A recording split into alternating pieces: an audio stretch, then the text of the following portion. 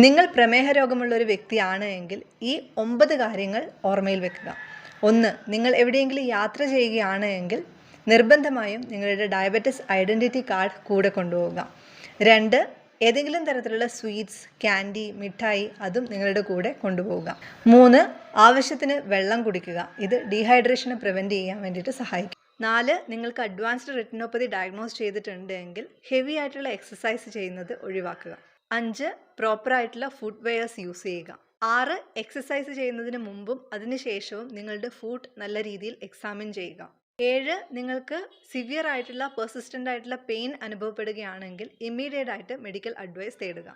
8. Exercise ചെയ്യുന്ന സമയത്ത് ഏതെങ്കിലും തരത്തിലുള്ള ഡിസ്കംഫേർട്ട് അല്ലെങ്കിൽ ചെസ്റ്റ് പെയിൻ അനുഭവപ്പെടുകയാണെങ്കിൽ ഇമ്മീഡിയറ്റ് ആയിട്ട് എക്സസൈസ് സ്റ്റോപ്പ് ചെയ്യുക. 9. എന്തെങ്കിലും സ്നാക്സ് കഴിച്ചതിന് ശേഷം മാത്രം എക്സസൈസ് സ്റ്റാർട്ട് ചെയ്യുക. എസ്പെഷ്യലി ഇൻസുലിൻ എടുക്കുന്ന അല്ലെങ്കിൽ സൾഫോണൈൽ യൂറിയ മെഡിസിൻ എടുക്കുന്ന വ്യക്തികളാണെങ്കിൽ.